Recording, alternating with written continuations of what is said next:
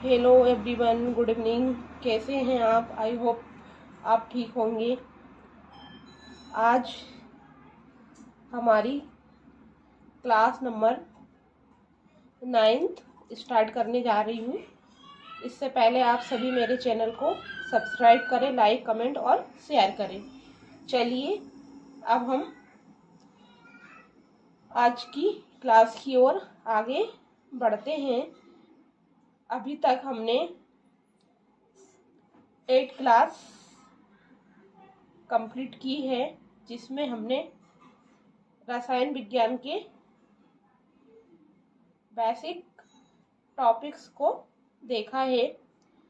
इससे पहले आज हम अपनी क्लास स्टार्ट करने जा रहे हैं। उससे मैं बता देती हूँ। आज हम अध्ययन करेंगे डोबेराइनर का तीव्र सिद्धांत, न्यूलैंड का अष्टक नियम और मेंडल की आवर्त सारणी। इसको आज हम देखेंगे। तो आप सभी ध्यान दें। अभी तक मैंने जो भी टॉपिक्स करवाए हैं वो बिल्कुल बेसिक ही रहा है, ताकि किसी को भी कोई प्रॉब्लम नहीं हो। चलिए तो हम स्टार्ट करते हैं क्लास को। आप सभी रेडी है ना? चलिए अब देखिएगा, डोबेराइन का तीव्र सिद्धांत, या जिसको डोबेराइन की थ्योरी भी कहते हैं। तो इसको देखते हैं हम। डोबेराइन का तीव्र सिद्धांत या डोबेराइनर का तीव्र, और इसमें परमाणु सिद्धांत के विकास के पश्चात वर्ष 1817 में जर्मन विज्ञानी वुल्फगैंग डोबेराइन ने परमाणु द्रव्यमान के आधार पर तत्वों के वर्गीकरण का प्रयास किया। डोबेराइन ने तत्वों को 3 समूह यानी ग्रुप में वर्गीकृत किया। प्रत्येक समूह त्रिक या थ्रेड कहलाता था। एक त्रिक में तत्वों के गुण समान होते थे। मतलब इन्होंने एक जो अपने हिसाब से एक त्रिक बनाया, उसमें इनके गुण समान होते थे। त्रिक के मध्य वाले तत्व का परमाणु भार, एटॉमिक मास, अन्य 2 तत्वों के परमाणु भारों के योग का आधा था। इस प्रकार से ऐसे समूह डोबेराइन के त्रिक नाम से प्रसिद्ध हुए। जैसे कि एग्जाम्पल के लिए हम देख लेते हैं।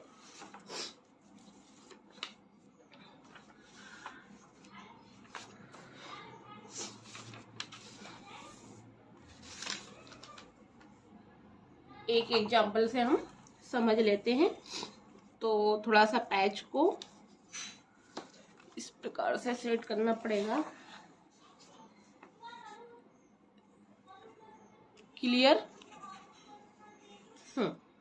चलिए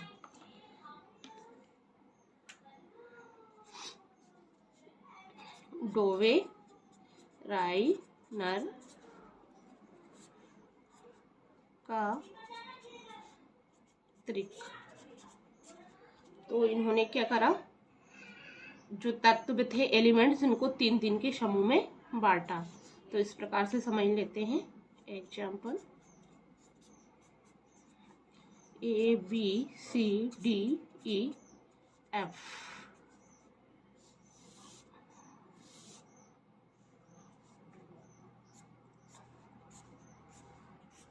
अब सबसे पहले बात करते हैं हम। पहला ए को देख लेते तो ए मान के चलो, ए जो एलिमेंट्स है वो है लिथियम, बी सोडियम और सी पोटेशियम। ये तीन हमने एलिमेंट्स ले लिए। अब यहाँ पर जो लिथियम का परमाणु द्रव्यमान यानी कि एटॉमिक मास कितना है 7, और सोडियम का 23 और ये पोटेशियम का 39। अब इन्होंने बताया है कि तीसरे परमाणु का जो द्रव्यमान होता है वो बीच के परमाणु द्रव्यमानों के बीच के तत्व का जो परमाणु भार एटॉमिक मास होता है वो अन्य दो तत्वों के परमाणु भारों का योग का आधा होता है। यानी कि ये दोनों परमाणु, ये वाला और ये वाला,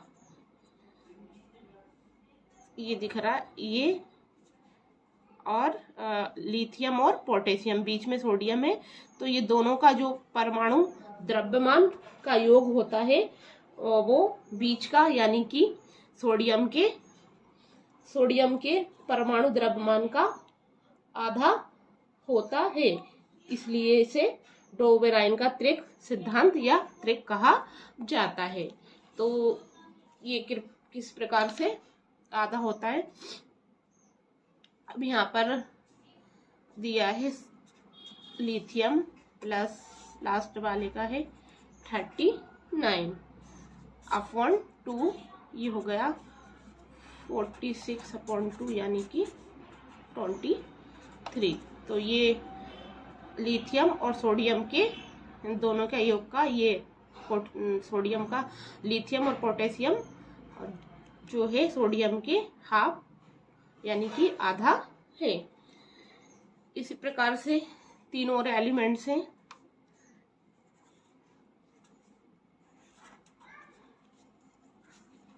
अब तीन एलिमेंट की बात करें तो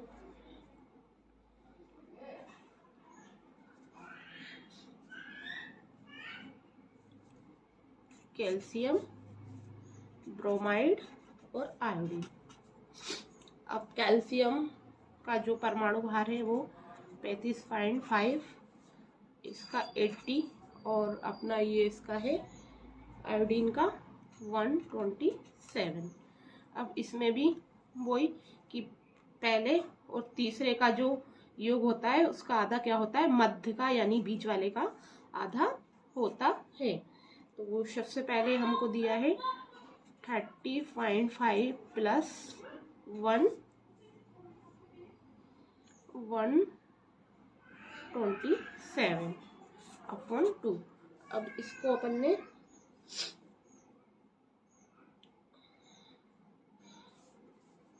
करा तो ये आ गया अपना 162.5 डिवाइडेड 2, इसको से करा तो आया अपना 81.25 यानी कि इसके समथिंग आपका ये आ गया। तो इस प्रकार से इन्होंने तीन को त्रिक बना के अपने सिद्धांत को समझाया, जिसे डोबेराइन का त्रिक कहते हैं। ये क्लियर आप सभी को समझ आया ना। यहाँ पर एग्जाम्पल से हमने डोबेराइन का त्रिक सिद्धांत को समझा। यहाँ तीन एलिमेंट लिए, सोडियम, लिथियम, सोडियम और पोटेशियम, तीनों का परमाणु द्रव्यमान यानी एटॉमिक मास को रखा, और जो कि दोनों मध्य का और लास्ट का जो है वो मध्य का आधा आता है। यानी कि बीच के तत्व का परमाणु भार एटॉमिक मास अन्य दो तत्वों के परमाणु भारों का योग का आधा था, इसलिए इसे डोबेराइन का त्रिक सिद्धांत कहा जाता है। और ये इस प्रकार से सेकंड एग्जाम्पल से भी आपको बताया गया है। चलिए अब आगे बढ़ते हैं इसी के साथ।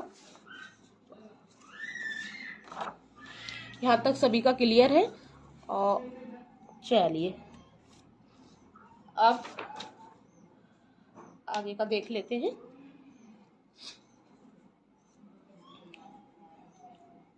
सिद्धांत समझ लिया, परंतु इस विधि द्वारा सभी तत्वों को डोवेराइनर द्वारा परिभाषित तिक ग्रुप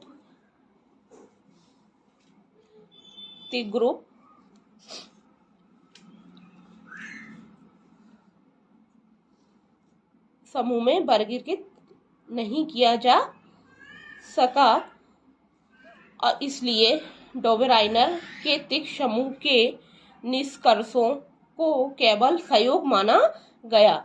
भिन्न भिन्न गुणों वाले तत्वों को एक ही त्रिक समूह में रखा दिया गया जो कि तर्कसंगत नहीं था, जैसे कि कार्बन, नाइट्रोजन और ऑक्सीजन यहाँ पर बताया जा रहा है। तो इसलिए इन्होंने अपना जो समान गुण वाले थे उनको एक ही जगह रख दिया गया और ये एक सहयोग वंश था और ये किसी में तीन तीन समूह का जो परमाणु द्रव्यमान था वो बीच के तत्व का परमाणु भार एटॉमिक मास अन्य दो तत्वों के योग के आधा था। ये किसी के लिए अप्लाई हो रहा था किसी में और किसी में नहीं हो रहा था।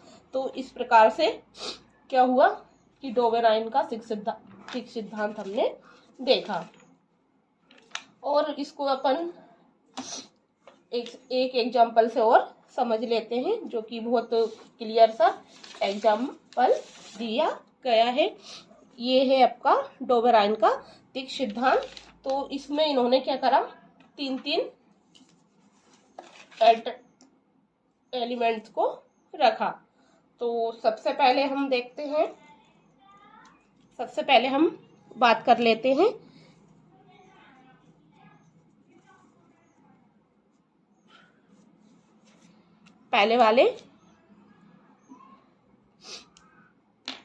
पहले तीन एलिमेंट्स की बात करते हैं। तो सबसे पहले इसमें अपन को देखने को मिल रहा है लिथियम, पोटेशियम और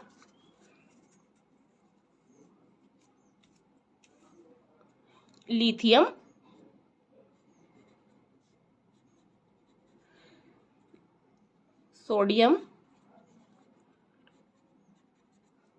और पोटेशियम।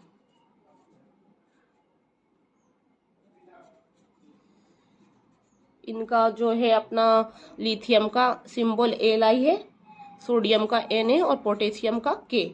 इसका जो लिथियम का जो परमाणु द्रव्यमान एटॉमिक मास 6.9, इसका 23 और इसका 39। अब दूसरे में आते हैं। तो दूसरे में कैल्शियम,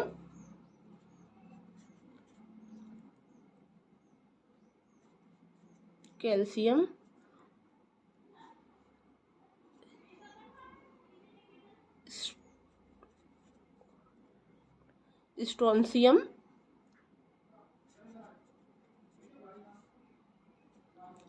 और बेरियम। कैल्शियम का C है SR और बेरियम का B है।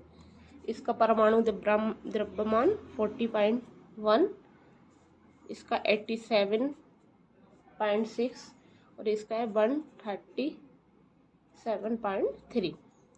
अब इसके बाद में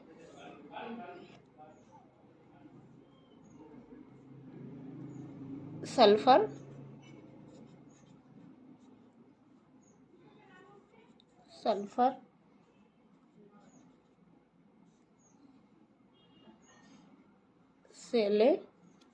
सेलेनियम और थैल्यूडियम का Te, सेलेनियम का Fe और सल्फर का S। इसके बाद में इसके 32, 79, 79 और 128, 128 ये इसका एटॉमिक में मास था। अब इसके बाद में नेक्स्ट,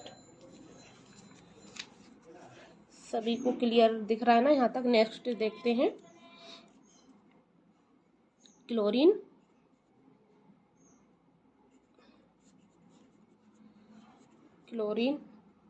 ब्रोमीन, ब्रोमीन, आयोडीन।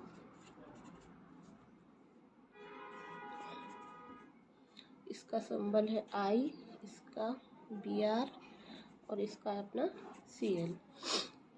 अब क्लोरीन का अपन ने देखा था 35.5, ब्रोमीन का 79 पॉइंट, ब्रोमीन का था अपना 79 पॉइंट,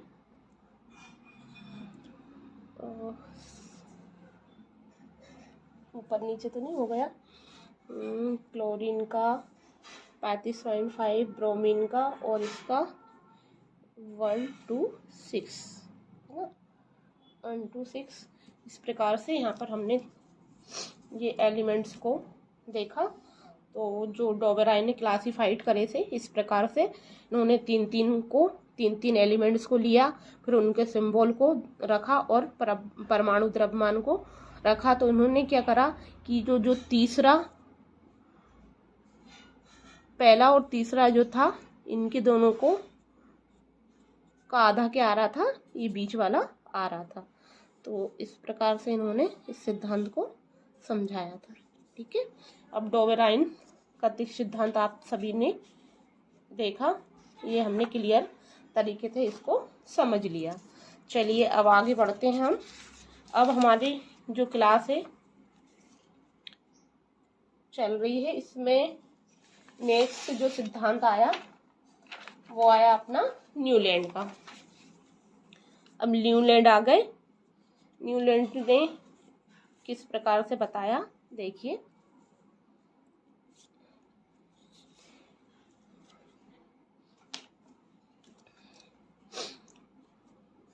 न्यूलैंड का अष्टक नियम या न्यूलैंड का लॉ ऑफ ऑक्टस लॉ। तो न्यूलैंड बता रहे हैं कि सन 1865 ईस्वी में अंग्रेज रसायनज्ञ विज्ञानी जॉन अलेक्जेंडर न्यूलैंड ने तत्वों को वर्गीकृत क्लासिफाइड ऑफ एलिमेंट्स की एक नवीन संकल्पना कॉन्सेप्ट प्रस्तुत की। अब तक 56 तत्वों की खोज हो चुकी थी, यानी कि अब तक कितने एलिमेंट्स की डिस्कवरी हो चुकी थी, 56, यानी 56 तत्वों को खोजा जा चुका था।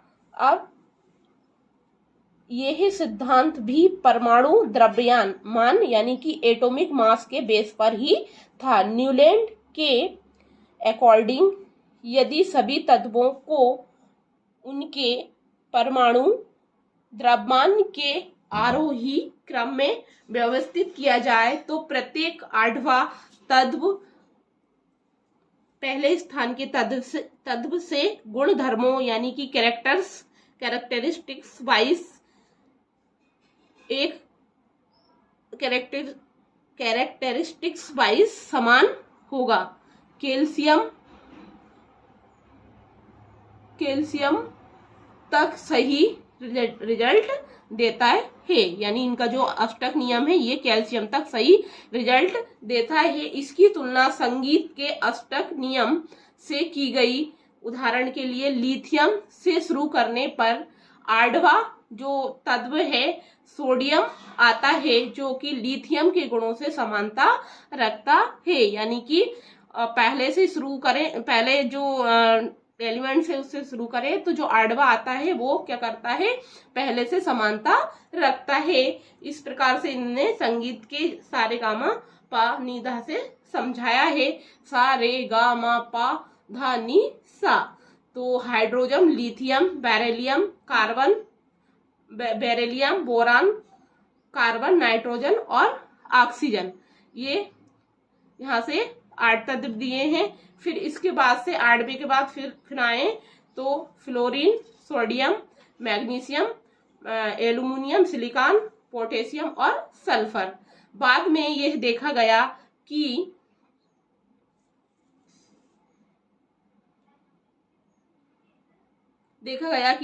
यह नियम उच्च परमाणु भार वाले तत्वों पर लागू नहीं होगा।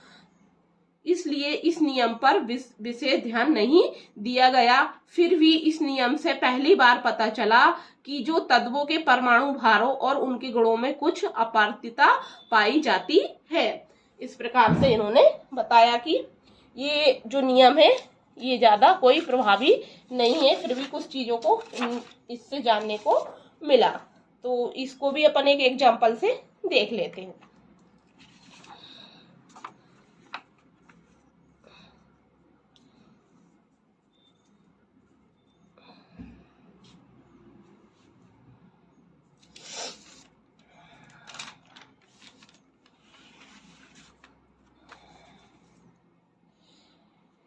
इस प्रकार से इन्होंने 56 एलिमेंट्स को की खोज की थी, या इन्होंने 56 एलिमेंट्स के बारे में बताया था कि अभी तक 56 एलिमेंट्स को ये जान चुके थे।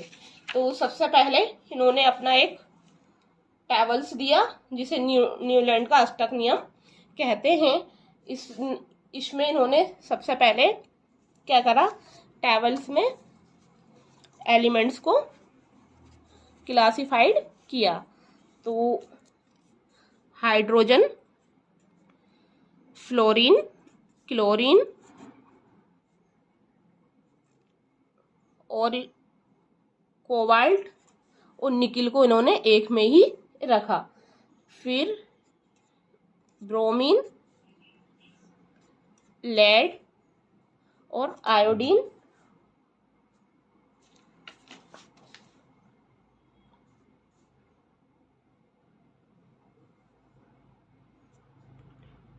फिर इन्होंने पोलेनियम को रखा और इरिडियम को भी एक में रखा। इस प्रकार इनने कोबाल्ट और निकिल को एक में रख दिया और पोलेनियम और इरिडियम को एक में रखा। फिर सेकंड में लिथियम, सोडियम, पोटेशियम, कापर के बाद आगे बढ़े तो फिर इन्होंने रखा रुबिडियम को,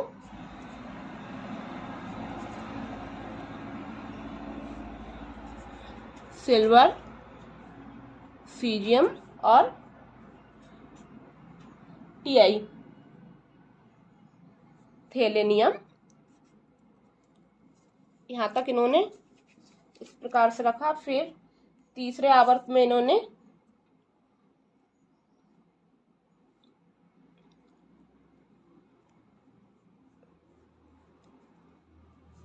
गैलेनियम, magnesium, calcium, strontium, cadmium,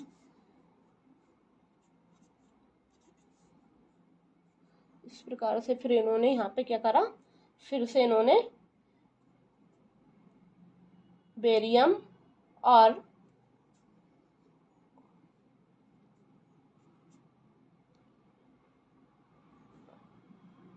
vanadium को साथ रख दिया, दो एलिमेंट्स को। तो इस प्रकार से हमको देखने को मिल रहे हैं इन्होंने दो दो एलिमेंट्स को भी रखा है। अब इसके बाद में आगे बढ़े,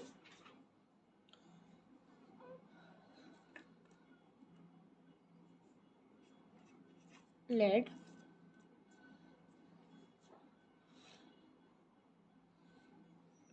बोरान, क्लोरीन,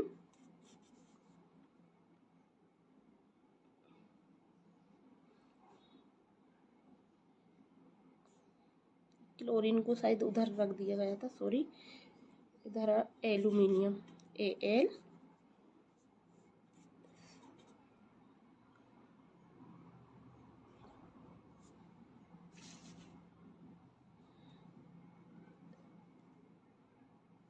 इट्रियम, सीजियम,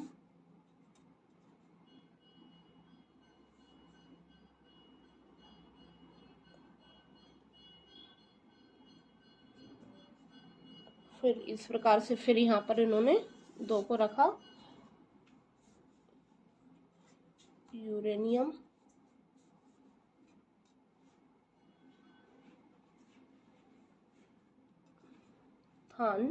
टर्नम, और सबसे नीचे थोरियम। थोरियम तक हो गया। फिर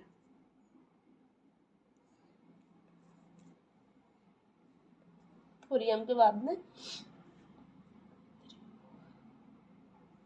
5th में 1st, 2nd, 3rd, 4th और 5th। और 5th में कार्बन, सिलिकॉन,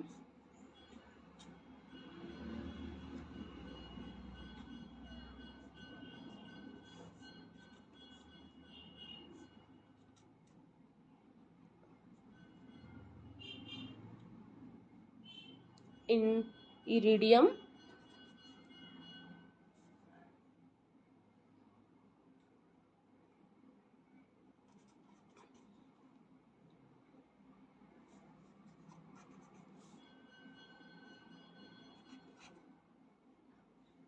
टंगस्टन और मरकरी, Hg। 6th में नाइट्रोजन, फास्फोरस, फास्फोरस के बाद में मैग्नीशियम,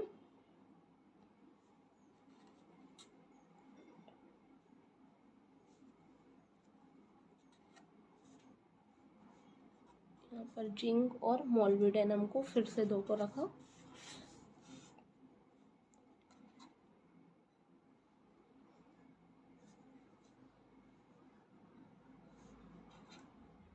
एंटीमिनस और Nb, निवोबियम, और लास्ट में बिस्मथ। 7 के बाद 8, 6, 5, 6, 7। 7 वाले ग्रुप में ऑक्सीजन, सल्फर, आयरन, सेलेनियम, और फिर से इन्होंने यहाँ पर 2 को रखा,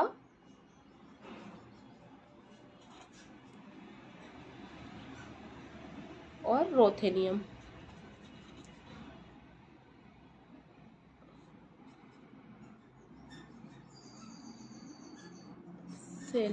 सेलेनियम,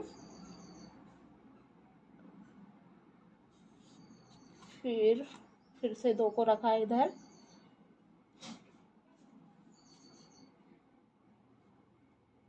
RO और RU, और नीचे रखा सबसे नीचे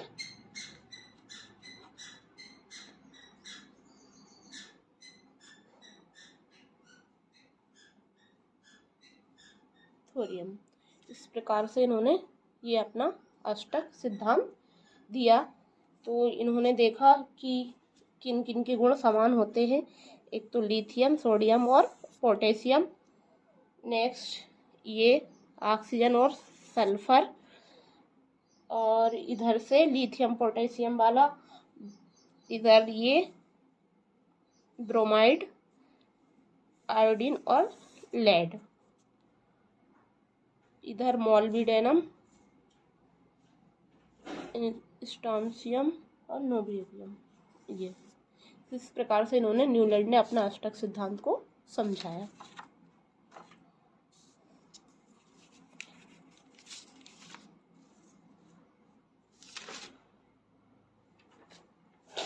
अब बात करते हैं हम डोवे मेंडल की आवर्त सारणी की।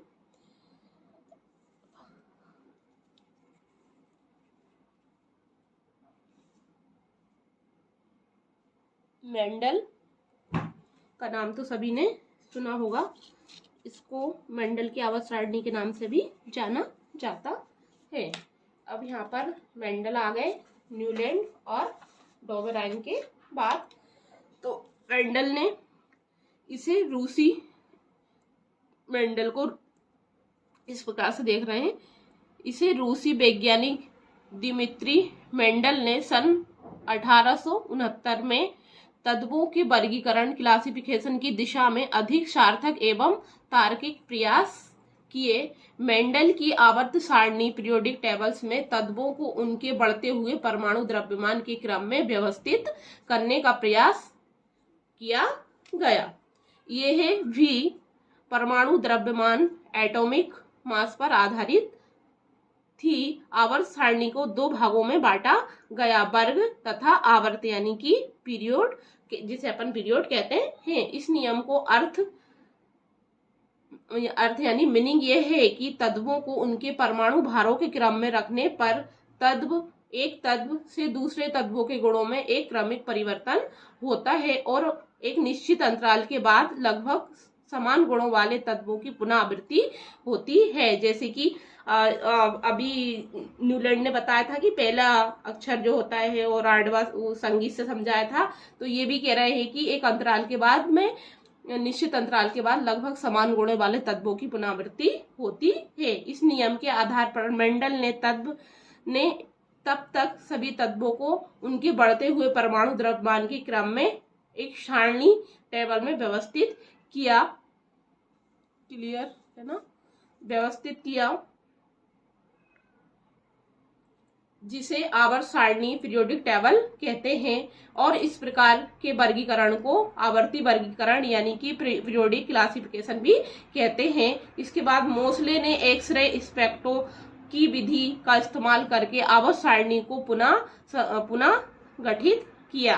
जो मेंडल की आवर्त सारणी थी उसको मोसले ने पुनः गठित किया। मोसले ने आवर्त सारणी में तत्वों के परमाणु संख्या के हिसाब से व्यवस्थित किया। इन्होंने क्या करा, तत्वों को उनकी परमाणु संख्या के हिसाब से व्यवस्थित किया। ये कार्य किसने करा? मोसले ने। लेकिन अभी तक हमारे कौन चल रहे थे? मेंडल ही चल रहे थे।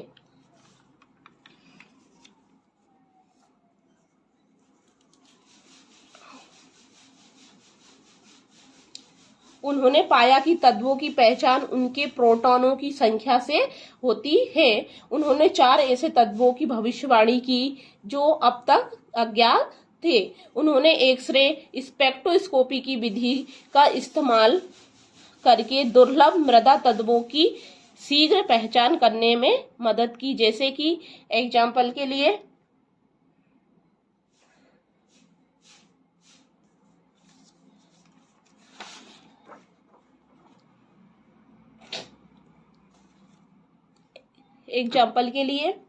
ये मेंडल की आवर्त सारणी है।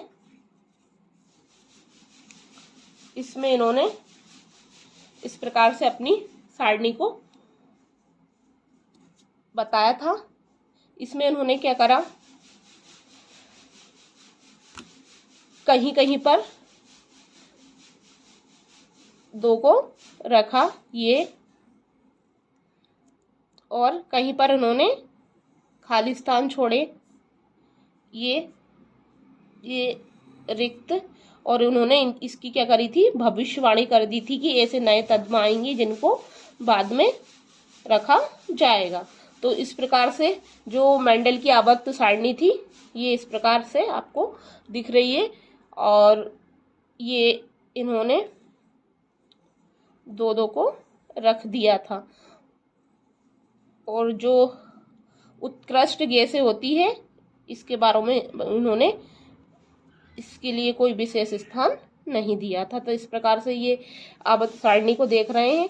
First group, second, third, fourth, fifth, 6 और 7, और ये इधर 8वां जो है इन्होंने दिया था जिसमें 6 तत्वों को अलग से रखा था। अब इसके बाद में आगे का देख लेते हैं। इसके साथ ही मेंडलीफ ने अपनी आवर्त सारणी पीरियोडिक टेबल में कुछ रिक्त स्थान वाले तत्वों की भविष्यवाणी भी की। बाद में अनेक ऐसे तत्व एलिमेंट्स खोजे गए जिनके गुण मेंडलीफ द्वारा बताए गए गुणों के लगभग समान थे। बाद में मेंडलीव की भविष्यवाणी सच सिद्ध हुई और उनकी घोषणा के अनुसार नए तत्वों की खोज कर दी गई। ऐसे कुछ तत्व एका एल्यूमिनियम, अब गैलियम, एका सिलिकॉन, एल्यूमिनियम और सिलिकॉन, एका सिलिकॉन, वर्तमान में जर्मेनियम आदि हैं। मेंडलीव ने क्या करा, तत्वों को उचित स्थान देते समय परमाणु भार के साथ साथ उनके गुणों पर भी ध्यान दिया था। इसलिए उन्होंने कुछ अधिक परमाणु भार वाले तत्वों को कम परमाणु भार वाले तत्वों से पहले रख दिया था।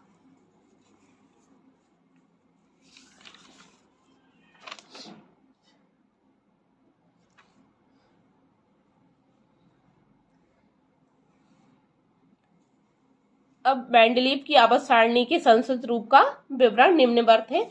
इसका जो रूप था इसको संशोधित किया गया, उसका विवरण इस प्रकार से देखने जा रहे हैं। तो सबसे पहले आवर्त सारणी में 7 आवर्त हैं। पहले आवर्त में 2 तत्व हैं, इसे अति लघु आवर्त कहते हैं। दूसरे और तीसरे आवर्त में 8 तत्व हैं, इन्हें दीर्घ आवर्त कहते हैं। चौथे और 5वें आवर्त में 18 तत्व हैं, इन्हें दीर्घ आवर्त लॉन्ग पीरियोडिक कहते हैं। छठे आवर्त में 32 तत्व हैं, ये सारणी में 18 तत्व ही दिखाई दे रहे हैं, यानी छठा जो आवर्त है उसमें 32 एलिमेंट्स हैं और यहाँ पर कितने आपको 18 तत्व ही दिखाई दे रहे हैं। परंतु लैंथेनाइड श्रेणी के 14 तत्व भी वस्तुतः इसी आवर्त के सदस्य हैं, अतः इन्हें अति दीर्घ आवर्त कहते हैं। 7वां आवर्त एक अपूर्ण दीर्घ आवर्त है, जिसमें सभी 24 तत्व ही अभी तक इतने 24 एलिमेंट्स ही ज्ञात हैं। इनमें से कुछ तत्व रेडियोधर्मी हैं, इनमें भविष्य में खोजे जाने वाले तत्वों के लिए भी कई खाने रिक्त हैं, यानी कि इनमें कुछ रेडियोधर्मी एलिमेंट्स हैं और कुछ भविष्य में फ्यूचर में खोजे जाने के लिए इसमें रिक्त स्थान रखा गया है। समूह या वर्ग ग्रुप में केवल मेंडलीव के समय में केवल 8 वर्ग थे, क्योंकि उस समय के बाद सारणी में एक वर्ग और जोड़ा गया। जैसे कि अभी हमने देखा था इसको, मेंडल की आवर्त सारणी को, ये देखिएगा तो इसमें अपन को कितने आवर्त दिख रहे थे, 8। First, second, third, fourth, fifth, 6, 7 और 8 आवर्त। तो ये जो मेंडल की आवर्त सारणी थी इसमें कितने 8 आवर्त थे और इसमें एक आवर्त को शून्य ग्रुप को जो निष्क्रिय गैसें हैं उसको छोड़ दिया गया था। मेंडलीव के समय केवल 8 आवर्त वर्ग थे, क्योंकि उस समय निष्क्रिय गैसें ज्ञात नहीं थी। इनकी खोज होने के बाद सारणी में एक वर्ग और जोड़ा गया, जिसमें केवल निष्क्रिय गैसों को रखा गया, जिसे हम शून्य वर्ग कहते हैं या इन्हें शून्य ग्रुप की गैसेस कहते हैं। इस प्रकार इनकी कुल संख्या 9 है। अब इसकी संख्या कितनी हो गई, 9। अभी तक मेंडल की जो आवर्त सारणी थी उसमें कितनी थी, 8।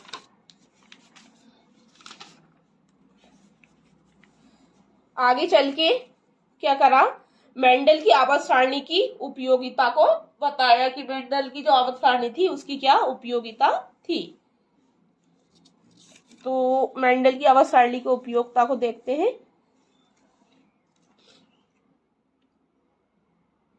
तत्वों के गुणों आदि में अध्ययन में सुविधा, जो तत्व थे उनके गुणों आदि के अध्ययन में सुविधा हुई। अभी तक ज्ञात हुए समस्त तत्वों को केवल 7 आवर्तों और 9 वर्गों में वर्गीकृत हो जाने से इन तत्वों का अध्ययन सरल हो गया है। क्या कह रहा है कि 7 आवर्तों और 9 वर्गों में इनको रखे जाने से इनका अध्ययन करना सरल हो गया है।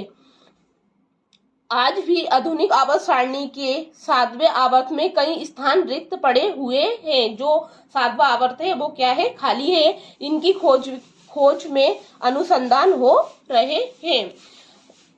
संदिग्ध परमाणु द्रव्यमानों के संशोधन में आवर्त सारणी में मेंडलीफ ने जब तत्वों को उनके बढ़ते हुए परमाणु द्रव्यमान के आधार पर आवर्त सारणी में स्थान दिया जाता है तो आवर्त सारणी की समरूपता भंग हो जाती। इसलिए उन्होंने ये सुझाव दिया कि इन तत्वों को परमाणु द्रव्यमान गलत है, इनका संशोधन करना आवश्यक या जरूरी है। बेरिलियम के कुछ गुण एल्युमिनियम से मिलते थे, इसलिए इसे भी एल्युमिनियम के समान त्रिसंयोजक मानकर इसका परमाणु द्रव्यमान 4.5 × 3 = 13.5 माना गया। इस प्रकार से इनका स्थान कार्बन नाइट्रोजन को 14 के मध्य होना चाहिए था, किंतु इन दोनों तत्वों के बीच कोई समान स्थान खाली न होने के कारण नहीं था और क्या करा गया, उनको वह नहीं रखा गया अनुसंधान में सहायक। अब अनुसंधान में किस प्रकार से ये सहायक हुई मेंडलीफ की आवर्त सारणी, तो इसमें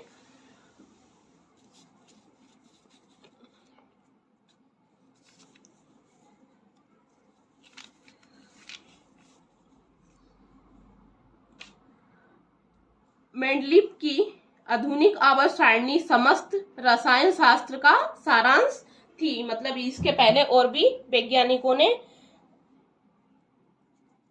पीरियोडिक टेबल के बारे में बताया था, लेकिन सबका सारांश किसे माना गया, मेंडलीफ की आवर्त सारणी को माना गया। अब आगे बढ़े हम, तो क्या देखा हमने, मेंडलीफ की आवर्त सारणी के दोष। अब जो मेंडलीफ थे इनकी आवर्त सारणी के दोष क्या क्या था वो एक नजर देख लेते हैं। सबसे पहले आइए देखते हैं हाइड्रोजन की स्थिति। हाइड्रोजन का आवर्त सारणी में कोई निश्चित स्थान नहीं है, क्योंकि यह कुछ गुणों में पहले वर्ग के तत्वों से समानता रखता है और कुछ गुणों में 7वें वर्ग के तत्वों से समानता रखता है। इसलिए इसे पहले और 7वें दोनों वर्गों में रखा गया।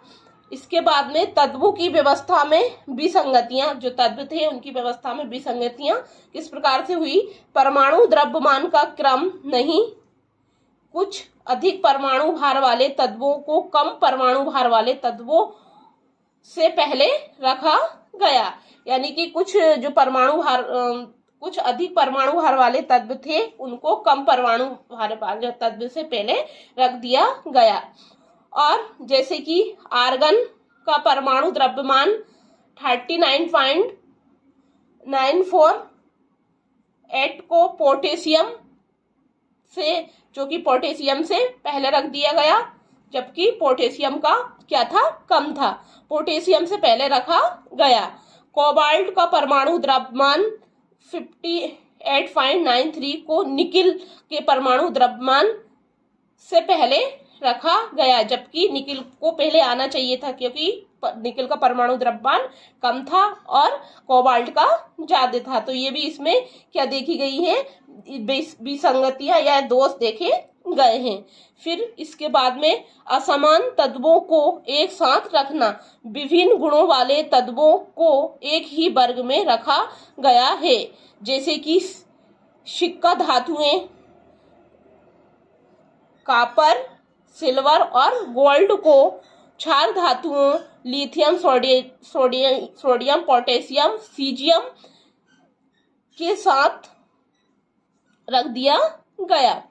समान गुण वाले तत्वों का अलग अलग रखना, समान गुण वाले तत्वों को सारणी में अलग अलग वर्ग में रखा गया है, जैसे कि तांबा प्रथम वर्ग में और पारा द्वितीय वर्ग में, जबकि इनके गुण कैसे थे, समान थे और इनको एक ही वर्ग में रखा जा सकता था, लेकिन इनको क्या करा, अलग अलग वर्गों में रख दिया गया। ऐसे इस प्रकार से जो मेंडलीव थे इनकी आवर्त सारणी में कुछ दोष देखे गए।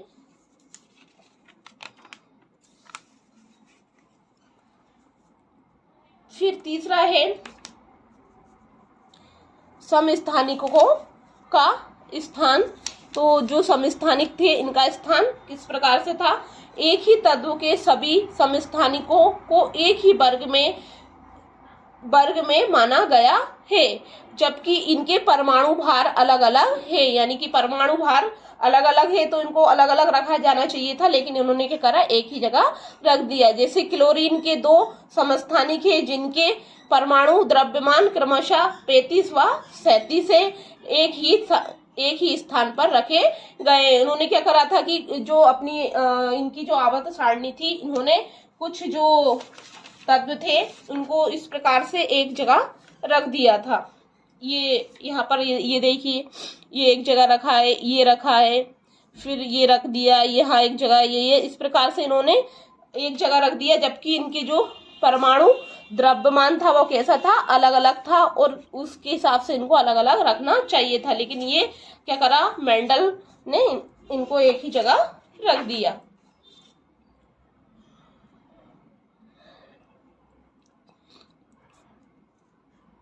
अब 8वें वर्ग में 8वें वर्ग के तत्वों का स्थान। 8वें वर्ग के तत्वों का सारणी में कोई भी उपयुक्त स्थान नहीं था। जो 8वें वर्ग के जो तत्व थे इन्होंने सारणी में उनके लिए कोई भी स्थान नहीं दिया, क्योंकि इसके किसी तत्व की ऑक्सीजन के प्रति संयोजकता 8 नहीं है। इसके अतिरिक्त यहाँ पर 3 तत्व एक ही साथ रख दिए गए हैं।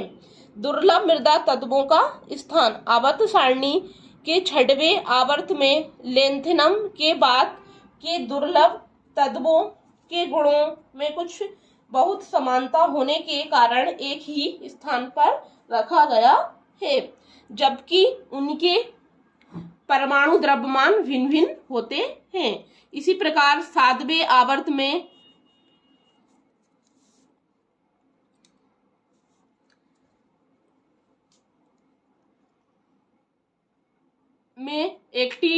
एक्टिनियम के बाद के 14 तत्वों को एक ही स्थान पर रखा गया है। अब बात कर रहे हैं निष्क्रिय गैसों की।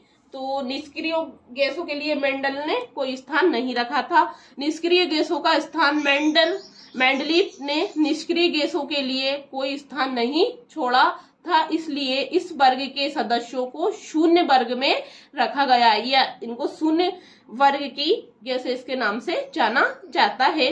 इस प्रकार वर्ग के सदस्यों को शून्य वर्ग नाम देकर सारणी के अंत में रखा गया है और इनको क्या करा, सारणी के अंत में रखा गया है। जबकि हमारे जो मेंडल थे इन्होंने शून्य ग्रुप को अपनी सारणी में नहीं रखा था। इस प्रकार से ये इनकी आवर्त सारणी थी, जो कि शून्य ग्रुप के लिए इनके पास कोई स्थान नहीं था, जो कि 90 वर्ग में रखी गई है।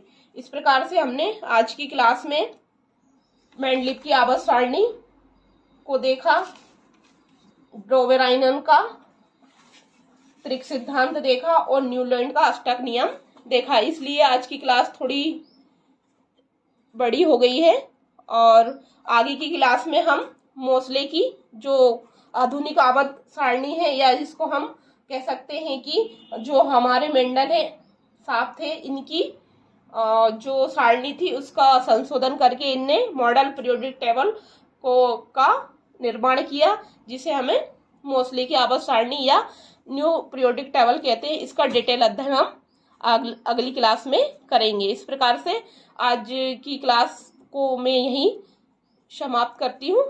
आप सभी का बहुत बहुत धन्यवाद।